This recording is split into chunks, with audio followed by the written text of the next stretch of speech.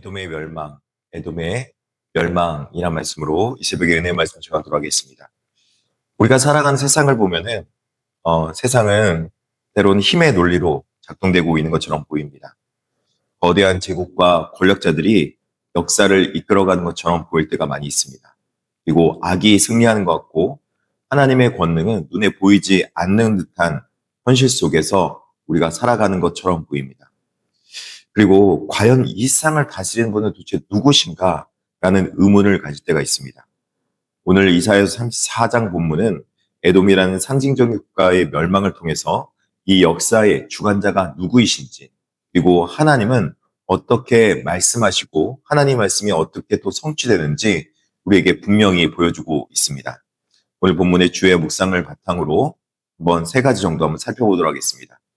첫 번째는 온 세상을 다스리는 하나님의 주권과 심판을 볼 수 있습니다.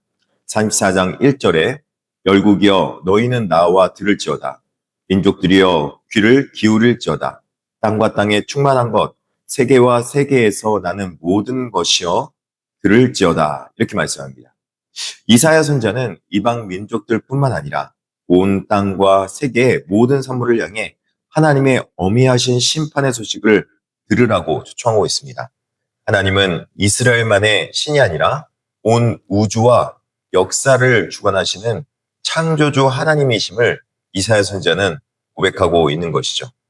또 본문 2절과 4절을 보면은 하나님의 진노는 모든 민족과 군대를 향하여 그 결과로 산들이 피로 녹아내리고 하늘이 두루마리처럼 말리는 우주적 차원의 거대한 심판이 있음을 묘사하고 있습니다.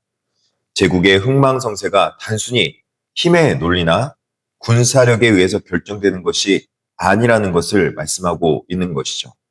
강했던 나라가, 강했던 군대가 하루아침에 없어지기도 하고 어느 순간에 어떤 국가는 약소국이었는데 다시 일어서는 걸 볼 수 있다는 것입니다.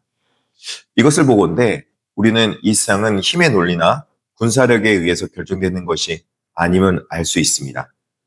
역사적으로 명맥과 명멸의 배후에는 누군가 계시다. 그 누군가가 바로 창조주 하나님이시며 그분이 친히 심판하시며 통치하시는 분이심을 우리가 믿고 신뢰하고 있는 것입니다. 이 믿음이 있을 때 우리의 신앙은 개인적인 위안에만 머물지 않고 우리가 발을 딛고 사는 이 세상 속에서 하나님의 통치가 임하기를 담대히 구할 수 있게 되는 것입니다. 두 번째는 자기 백성을 향한 하나님의 정의와 에돔의 완전한 파멸을 볼 수 있습니다. 8절에 이렇게 말합니다. 이것은 여호와께서 보복하신 날이요 시온의 송사를 위하여 신원하시는 해라. 본문은 에돔의 특정 민족을 뛰어넘어서 하나님을 거부하고 주의 백성을 억압하는 모든 악하고 교만한 세력을 대표하고 있습니다. 5절 이하에서 선자는 여호와의 칼과 희생제사의 의미를 가져오고 있습니다. 하나님의 길을 대적하던 에돔은 진멸, 즉 헤렘의 대상이었습니다. 그들이 스스로 피와 기름으로 온전히 바쳐지는 심판의 제물이 되고 마는 것입니다. 하나님께서 에돔을 치시는 가장 큰 이유는 바로 시온의 송사, 즉 억울하게 고통받던 자기 백성의 눈물을 닦아주시며 억울함을 갚아주시기 위함이라고 말씀하고 있는 것입니다. 그 결과 에돔 땅은 소돔과 고모라처럼 꺼지지 않는 불과 역청, 유황으로 덮이게 되는 것입니다. 사람이 살던 화려한 궁궐과 요새는 가시나무와 엉겅기가 자라는 폐허가 되고 들짐승, 까마귀, 부엉이들의 초소로 전락하게 되는 것이죠. 왜 그렇습니까? 하나님을 대적하고 하나님을 거부했기 때문에 하나님께서 온 땅을 다스리시는 주님이심을 보여주신 것입니다. 하나님께서 그 땅의 혼란의 줄과 공허의 주로 들이우시며 창조 이전에 혼돈과 공허의 상태로 되돌려 버리는 것입니다. 하나님이 없는 삶을 원했기 때문에 하나님이 없는 땅과 하나님이 없는 모든 지평을 만들어 버리신 것입니다. 하나님을 삶의 중심에서 지어버린 인생의 결말은 결국 창조주 하나님께서 이 땅에 오시기 전에 텅 빈 무의 상태로 모든 것을 무너진 상태에 있었던 그 상태로 돌이키시는 것입니다. 창조주 하나님께서 이 땅에 임재하시고 친히 모든 것을 보살피며 돌보시기 시작할 때 그때 이 모든 것들이 안정화가 되고 또 질서정연하게 되고 또 은혜를 받았듯이 하나님께서 우리의 삶 속에 임할 때 하나님 주시적으로 살아갈 때 우리 삶은 질서 잡힌 삶이 되어가는 것입니다.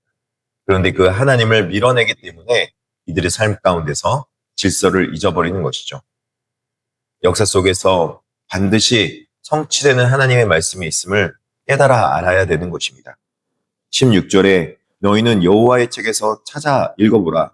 이것들 가운데서 빠진 것이 하나도 없고 제 짝이 없는 것이 없으리니 이는 여호와의 입이 이를 명령하셨고 그의 영이 이것들을 모으셨음이라 이렇게 말합니다.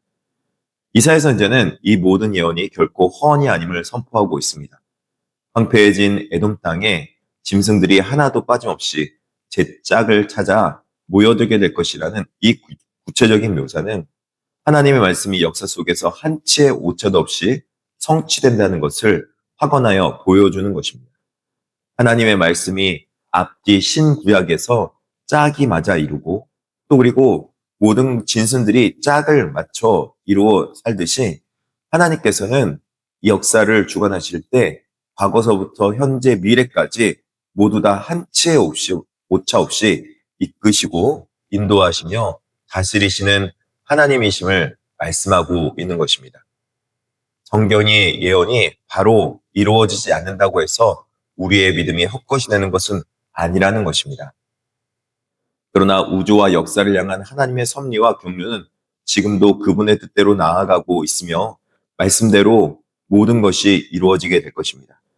사랑하는 성도 여러분, 역사의 주권을 누구에게 양도하며 살아가고 계십니까? 당장 눈앞에 보이는 세상의 힘과 권력이 아닌 우주를 통치하시고 자기 백성에게 은혜를 베푸시며 질서대로 이끄시고 보호하시는 하나님을 우리는 온전하게 따르며 그분의 말씀을 우리가 신뢰하며 말씀이 반드시 이루어진다는 사실을 믿고 하나님을 온전히 우리 삶의 중심으로 의탁하며 의뢰하며 살아야 된다는 것입니다. 하나님의 살아계심을 신뢰할 때 오늘 우리의 기도 내용이 바뀌고 삶의 방식과 살아가는 이유가 완전히 새로워지게 될 것입니다. 그런 은혜가 있기를 진심으로 축복합니다. 기도하시겠습니다. 자비하시고 내려오신 하나님 아버지, 주님, 우리가 온전히 믿음 가운데 살아가게 하여 주시옵시고 하나님을 절대 신뢰하게 하여 주시옵소서. 하나님을 의뢰하며 살아갈 때 온전히 하나님의 백성이 되게 하여 주시옵소서.